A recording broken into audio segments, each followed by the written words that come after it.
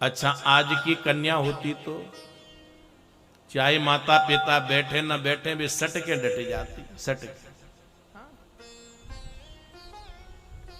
और देखना भी सच्चा यही है। करदम जी सोचते हैं कि मैं एक बैरागी हूं, ये राज घराने की कन्या है, हमारा इनका जीवन कैसे निर्वाह होगा। देवहूति ने उस आसन का सम्मान किया, आसन पर हाथ रखा, जमीन पर बैठे।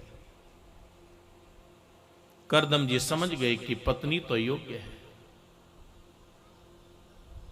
मनु जी परिचय दे रहे हैं, प्रियव्रतो तान पदो सुसेयम दुहिता ममः अनवीक्षेत पतिम युक्तम वयशील गुणा देवी। इन्होंने पहले ये नहीं कहा कि मेरी कन्या है, क्या कहते हैं, प्रियव्रत और उत्तानपाद की ये बहन है, दुहिता ये मेरी कन्या है, अवस्थाशील गुण आदि में अपने योग्य पति को पाने की इच्छा रखती है। जब से नारद जी के मुख से आपके विषय में सुना है, इसलिए अपना मन आपके चरणार बिंदों में लगा दिया है। आप इसको स्वीकार करें भगवान। करदम जी कहते हैं कि शादी तो मैं भी करना चाहता हूं, और आपकी कन्या का अभी तक वाग्दान भी नहीं हुआ, परंतु मेरी एक शर्त है, एक पुत्र उत्पन्न होने के बाद हम जंगल में साधन के लिए चले जाएंगे। आपकी कन्या को मंजूर है क्या? स्वयं मनु महाराज ने कन्या की तरफ देखा तो नीचे को गर्दन किए है, माने मौन स्वीकृति दे दी। शास्त्रीय पद्धति से विवाह हुआ। विवाह होने के बाद आज सम्राट ने अपनी कन्या को बुलाया, उसका माथा चूमा, सिर पर हाथ फेरा और कहा, बेटी तू एक राजघराने की कन्या है, बैरागी के साथ में तेरा विवाह हुआ है, जीवन में कितना भी कष्ट आए परंतु तू अपने पति की सेवा करना। एक सम्राट अपनी कन्या को उपदेश दे रहा है, और आज का पिता क्या कहता है, 20 लाख रुपए दिया है,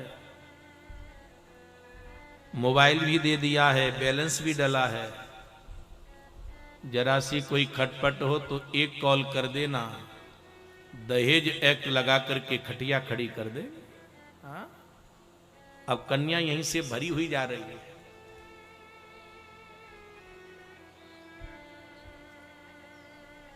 परंतु मनु ने अपने हृदय से लगाया बेटी को, नेत्रों से अश्रु निकलने लगे। स्वयं मनु महाराज इतने रोए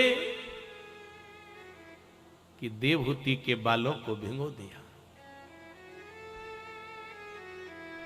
दुनिया में कोई ऐसा पिता नहीं है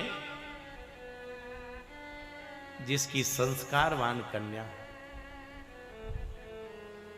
संस्कार विहीन नहीं, संस्कार विहीन कन्या तो दूसरी तरह से रुलाती है। दुनिया में कोई ऐसा पिता नहीं है, कोई ऐसी माता नहीं है जिसकी संस्कारवान कन्या डोली में बैठ करके जाए और पिता के नेत्रों से अश्रु न निकले। संभवतः हो सकता है किसी पिता के एक पुत्र हो, उस पुत्र की मृत्यु हो जाए, पिता न रोए, परंतु लाडली सुकुमारी दुलारी कन्या जब डोली में बैठ करके जाती है, पिता के नेत्रों से अश्रु न निकले, ये संभव नहीं। जनक जी विदेह राज थे, कभी इनको किसी में कोई राग नहीं होता। परंतु जानकी जी जब डोली में बैठ करके जा रही हैं, मैया सुनैना जनक जी खड़े हैं, किशोरी जी ने डोली के वस्त्र को उठाया, मैया से हाथ जोड़ करके कहा कि मां, अभी तक पिता की देख रेख मैं करती थी, अब पिता की देख रेख आप करना। इतना सुनते ही जनक जी मूर्छित होकर के गए।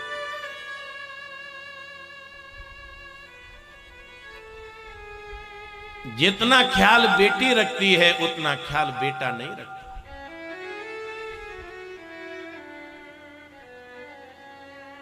कन्या को मालूम हो जाए कि हमारे पिता प्रातः काल जा रहे हैं, तो उनका बैग लगा देगी, सूटकेस लगा देगी, ब्रीफकेस लगा देगी, दरवाजे तक जाएगी और कहेगी पिताजी लौट करके जल्दी आ जाना। यदि पिता को ब्लड प्रेशर है, डायबिटीज है, ससुराल में पहुंच गई फिर भी फोन करेगी, पिताजी दवा खाई कि नहीं खाई। पिता के यदि पॉकेट से पैसे निकल जाएंगे तो बेटी रख देगी। कन्या का विवाह हो गया, अच्छे घर में पहुंच गई, पिता की स्थिति कहीं बिगड़ गई तो ससुराल से अपने पियर आती है, और पियर से जब ससुराल के लिए जाती है तो अपने पैसे से वस्तु खरीदती है और ससुराल में कहती है कि ये मेरे पिता ने मुझको दिया है। कितना ख्याल रखती है वह बेटी। परंतु आज उस बेटी को भ्रूण हत्या के द्वारा हम मार रहे हैं, उस बेटी को हम गर्भ में नष्ट कर रहे हैं, उस बेटी को तुमने भार मान लिया है। जिसको तुमने गर्भ में नष्ट किया है वह अनुसुईया भी हो सकती है, गार्गीय भी हो सकती है, मदालसा भी हो सकती है, रानी की झांसी की रानी लक्ष्मीबाई भी हो सकती है। उस बेटी को तुमने मिथ्या मार दिया। वो तुम्हारे आंगन की शोभा है, तुम्हारे आंगन में आकर के किलकारी मारेगी। आपने उसको दहेज का भार मान लिया। आप तुलना करें, जिस पिता के यहां यदि 4 पुत्र हैं, 1 बेटी है, वह पिता कभी धनवान भी नहीं हुआ।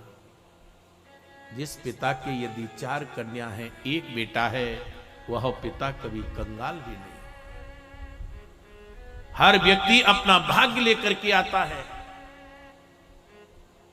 तुम क्या भाग्य विधाता हो? भगवान के ऊपर छोड़ो।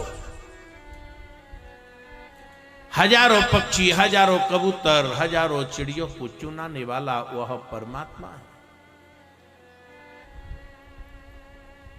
परंतु बेटी जब डोली में बैठ करके जाती है, जानकी जी जब जा रही है तो जनकपुर के हाथी रो रहे हैं, घोड़े रो रहे हैं, पक्षी रो रहे हैं, तोता मैना सीते सीते सीते कह करके पछाड़ खा करके गिर पड़ते हैं, पत्थर पिघल जाते हैं। एक दिव्य वातावरण बेटी की विदाई के समय होता है।